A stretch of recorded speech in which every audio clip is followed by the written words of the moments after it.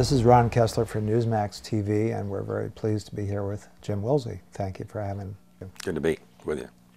How likely is it that Iran will develop a nuclear weapon, and if so, how soon might that occur? I think the likelihood's extremely high. I don't think Iran has had much interest in anything except a nuclear weapon with their nuclear program. I think that most of the estimates I'm hearing and was hearing last winter in Israel talk about sometime late this year, early next, for the possibility of a relatively primitive nuclear weapon. This might be something like a so-called shotgun design, which is very easy to do once you have the highly enriched uranium. For something more sophisticated, a spherical weapon that would have a good yield-to-weight ratio and could be used on a missile, might be another 2, 3 or so years. But something that could be detonated up in the northern desert of Iran and have a mushroom cloud and radioactivity, and everyone would say they're now a nuclear power. I think they may not be too much more than a year or so away from that. And is the Obama administration prepared to actually do anything to stop that? I don't know. I certainly hope so, because it really changes the entire world picture and nature of the Middle East. It substantially increases the power of Iran and its proxies, such as Syria, Hezbollah, and Hamas.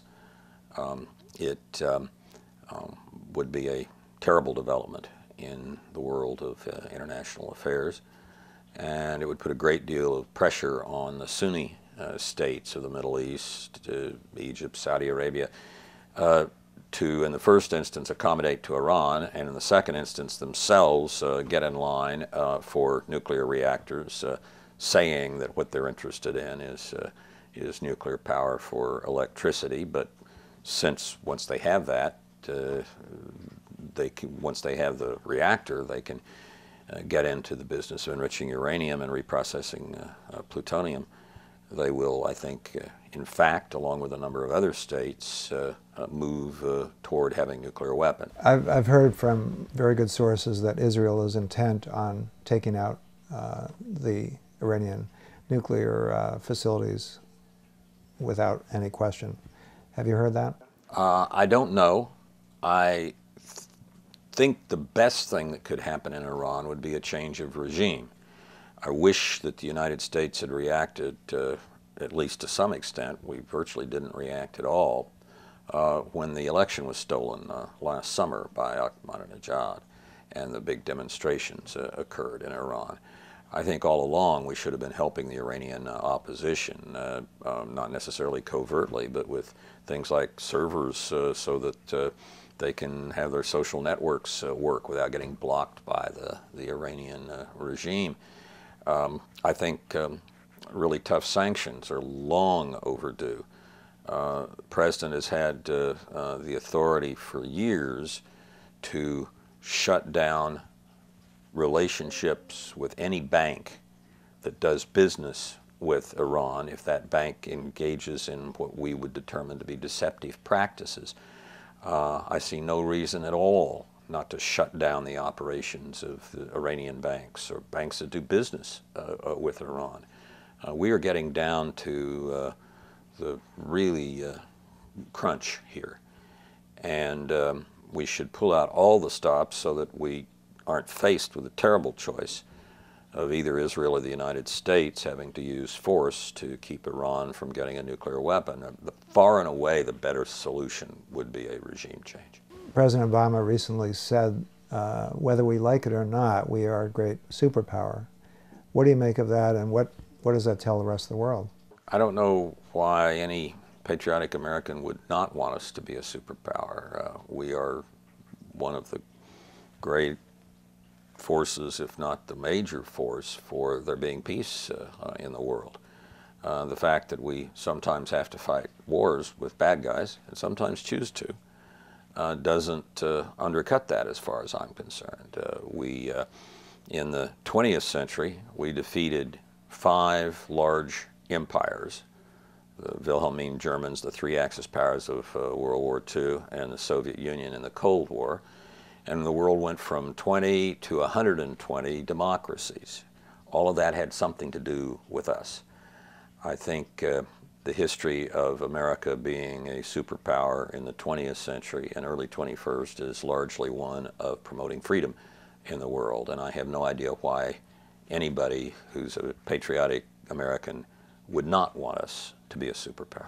The fact that the Obama administration is trying to come up with these politically correct terms to describe terrorists or terrorism, the latest being that they're violent extremists.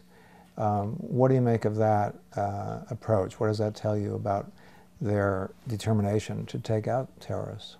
I think this euphemism business, man-caused disasters and so forth, is, if it weren't so debilitating from the point of view of our being able to understand what's going on and talk about it, it would be humorous. I mean, I've tried my hand at coming up with some euphemisms that they might want to use. For example, for terrorists, they might try anger management challenged candidate for therapy, or something like that. But, you know, George Orwell in Politics in the English Language got this exactly right. When you have to not call something by its right name, you undercut your ability to deal with it. We are dealing with Islamist movements, outgrowths of one of the world's great religions, that in their particular manifestations, whether it's Ahmadinejad and the cult of the Hojatiyya around him, or whether it's the Wahhabis of Saudi Arabia and some of their spin-offs who hold very substantially similar views, such as Al-Qaeda, we are dealing with a religiously motivated set of terrorist and jihadist attacks. And we can't understand how to deal with it unless and until we describe it accurately. One could not intelligently describe the Spanish Inquisition and not mention the word Catholic. One could not intelligently describe what motivated the kamikaze pilots of World War II and not mention Shintoism. All great religions in one way or another, at one time or another in their history, have spawned fanatic movements. And there's absolutely no reason for us not to be candid about what's going on here and describe it accurately. And what specifically does that do to the CIA? You know, they're out there risking their lives often to develop sources, and here they can't even, they're not even supposed to describe who they're after. I mean, I guess maybe some of these enforced euphemisms refer only to public statements. I suppose it's still permissible in private to say these are Islamist extremists or these are Shiite groups that are derivative of the Hojatiyya cult or whatever they are. I suppose, you know, privately, I hope they're able to talk with one another, even if publicly they're not supposed to say certain things.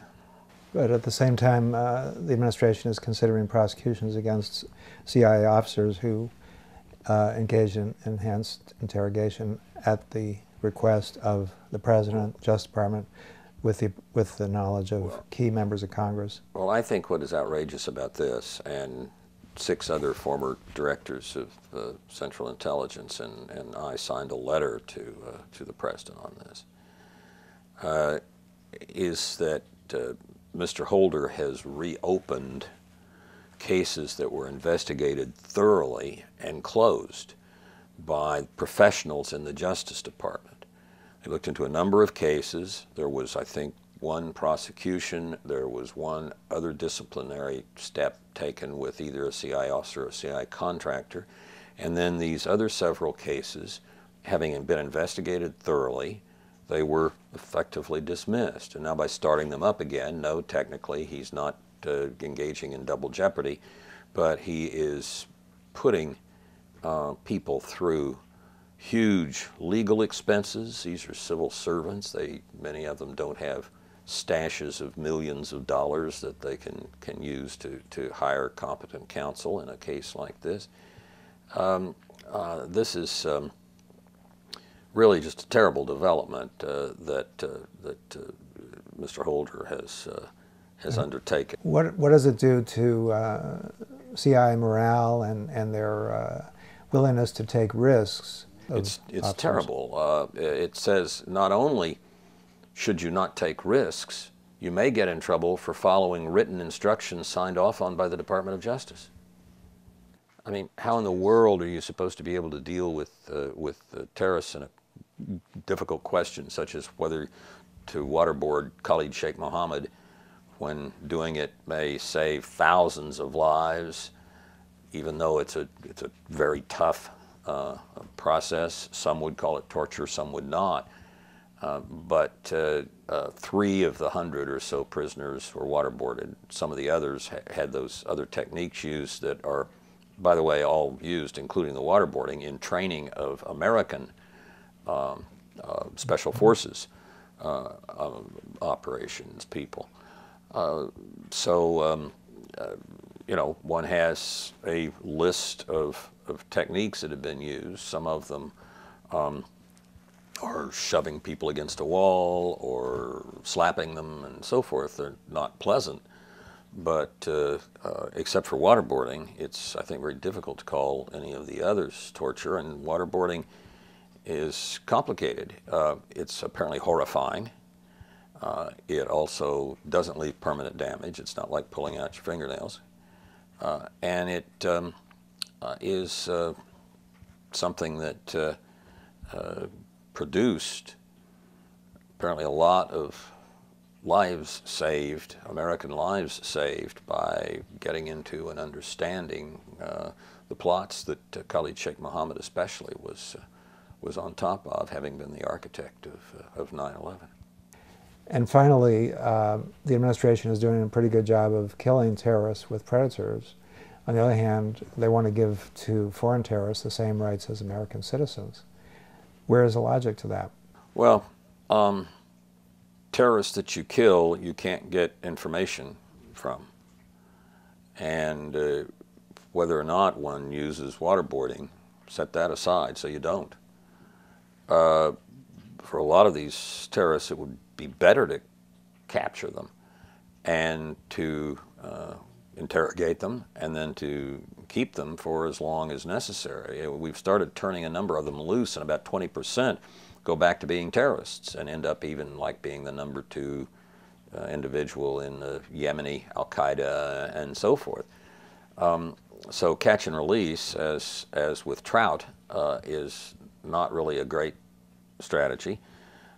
Catch and interrogate and retain for as long as necessary for foreign terrorists seems to me to be a reasonable approach. Certainly some rights they have as a nature of the way we operate our legal system, and that we can't engage in torture under international conventions and the like. But I think they do not deserve, a foreign terrorist caught abroad does not deserve the kind of protections that, say, an American citizen who ends up being a terrorist, like Major Hassan, does. He has certain rights as a member of the armed forces, as an American citizen. That's understandable. He has to have his guilt proven beyond a reasonable doubt, etc. But had he been a non-American citizen caught abroad after having shot 13 American military members, I don't think he would have, under those circumstances, or should have been afforded the same rights that he gets as an American citizen and a member of the armed forces. Thank you very much. Wonderful. Thank you. This is Ron Kessler for Newsmax TV.